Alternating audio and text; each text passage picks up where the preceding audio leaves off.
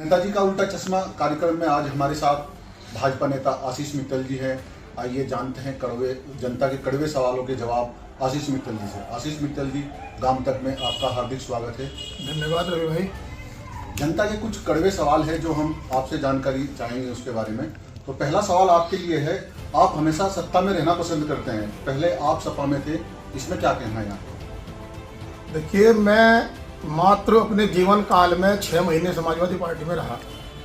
सन 90 में हमारे यहाँ ठाकुर जगत सिंह जी पहला चुनाव लड़े थे, तब मैं उनके कार्यालय प्रभारी था और तब से लेकर आज 2022 चल रहा है, तब से मैं आज तक भाजपा में हूँ।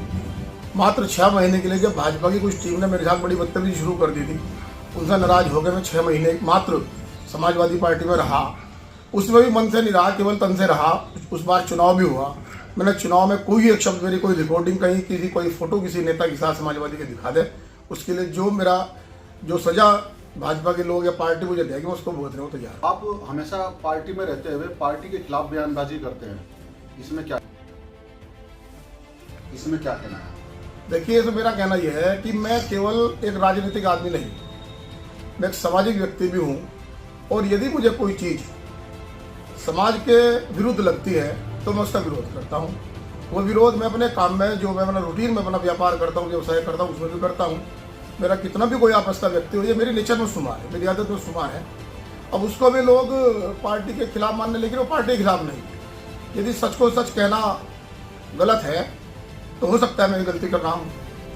आप निकाय चुनाव में चेयरमैन पद के प्रत्याशी हैं, ऐसा क्या है कि जनता आपको ही चुने?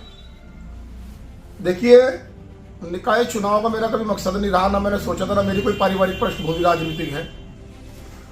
मैं तो बहुत एक सीधे साधे परिवार में, मेरे फादर बड़े सीधे साधे व्यक्ति थे, सबको पता है, कसम जानते हैं सब लोग। ना मेरा कोई राजनीतिक मसला था।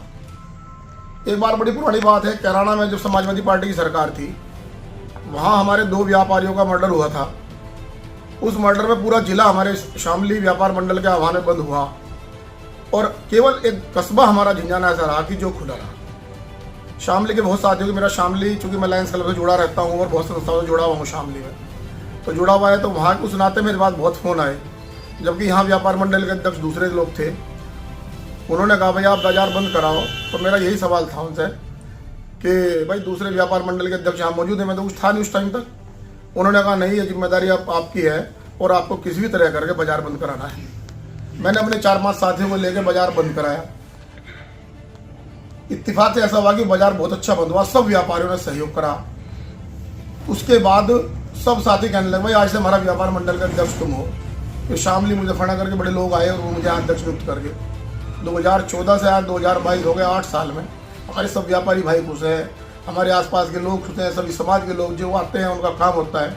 इसलिए उन लोगों ने मुझे कहीं ना कहीं उत्साह के लिए, नहीं आशीष भाई आप चेयरमैन नहीं लड़ो और हम तुम्हारे साथ हैं, हम तुम्हें वोट करेंगे और वोट दिलवाएंगे। आप कस्बे में एक सक्रिय नेता हैं, लेकिन कहीं ना कहीं चेयरमैन पद की दावेदारी में आपको कमजोर माना जा रहा है, इसमें क्या कहना? देखिए, ये तो सबका अपना अपना नजरिया है, कौन किसको मजबूत मान रहा, कौन किसको कमजोर मान रहा, ये अलग विषय है। लेकिन जितने आपने सवाल पूछे, मेरा इसमें कहना एक है, किसी लोगों ने आपको ये नहीं बताया कि यहाँ पे आज से हम पिछले 5 वर्षों से अभियान चलाए हुए हैं लायंस क्लब की ओर से, जिसमें हमने अपने कस्बे और क्षेत्र के करीब 500 लोगों की आंखों का ऑपरेशन निःशुल्क कराया।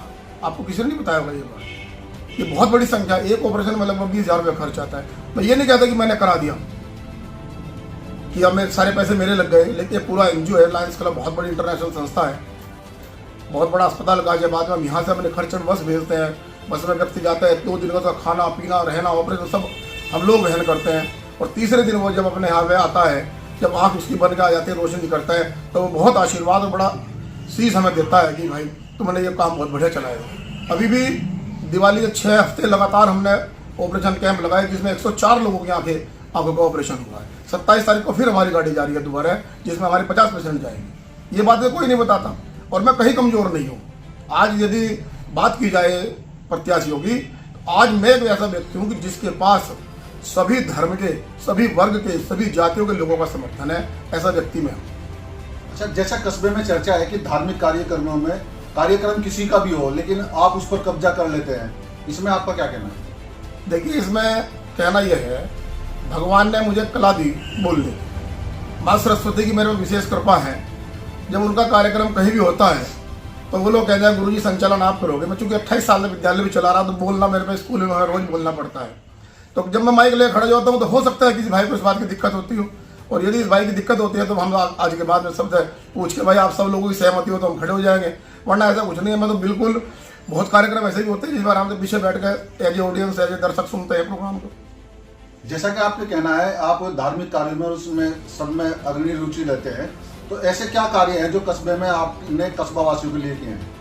देखिए मैं बता रहा हूँ, सबसे पहले मैंने भी आपको बताया ये बहुत बड़ा कार्य है, 500 लोगों का ऑपरेशन। उसके बाद बहुत लड़कियां ऐसी है, मेरा एक धार्मिक संस्था है मेरी अपनी, बालाजी जागृति मिशन, उसमें घर घर सुंदरकांड करता हूँ जाकर। उसमें मैं आज तक उसमें 15 साल 12 साल मुझे करते हुए हो गए, 5 पैसे का हमने कभी आज तक उसमें से नहीं खाए। जहाँ जाता हूँ अपनी गाड़ी से जाता हूँ, अपनी गाड़ी का पेट्रोल डीजल अपनी जेब से डालता हूँ।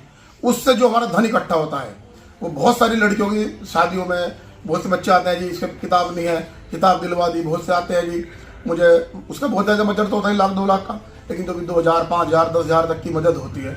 मैं शामली भी एक संस्था जोड़ा हुआ हूँ जो लड़कियों की शादी में योगदान करती है। उसमें मैंने कई परिवारों को ऐसा 75 हज़ार रुपये तक का सामान उन संस्थाओं के माध्यम से दिलवाया है। तो उसमें कहीं ना कहीं कंट्रीब्यूशन हमें भी करना पड़ता है। और मेरा यही है कि यहाँ का हर व्यक्ति संपन्न हो, सुखी हो, कोई दुखी ना हो, किसी को बिना बात कोई सता में ना हो। बड़े आदमी मैंने देखा है थाने में, रात दिन देखता हूँ, कई बार दलाल टाइप के लोग के चंगुल में बेचारा कोई गरीब आदमी फंस गया, उसने अपनी भैंस बेच के, घर बेच के, इसी तरह फिर हमने वहाँ कोतवाल को और लोगों को कहा अरे यार गरीब आदमी है क्यों भाई लोग। ऐसे बहुत काम है जिनसे जनता मेरी साथ है। जैसा कि नगर निकाय चुनाव में आप चेयरमैन प्रत्याशी के रूप में कस्बे में अपनी दावेदारी पेश कर रहे हैं, अगर भाजपा से आपको टिकट नहीं मिलता है तो क्या आप चुनाव लड़ेंगे? देखिए मैं भाजपा का सिपाही हूँ और भाजपा के सिंबल पर चुनाव लड़ूंगा। मुझे पूरी उम्मीद है कि पार्टी मुझे सिंबल देगी और मैं चुनाव लड़ूंगा। नेताजी के उल्टा चश्मा कार्यक्रम में आशीष जी आपने जो जनता के कड़वे सवालों के जवाब दिए हैं उसके लिए आपका धन्यवाद। धन्यवाद रवि भाई, आपका बहुत बहुत, आपने इसके लिए मुझे चुना, आप आए, आपका और पंकज भाई का बहुत बहुत शुक्रगुजार हूँ, आभार व्यक्त करता हूँ और भविष्य में भी आपसे इसी तरह के सहयोग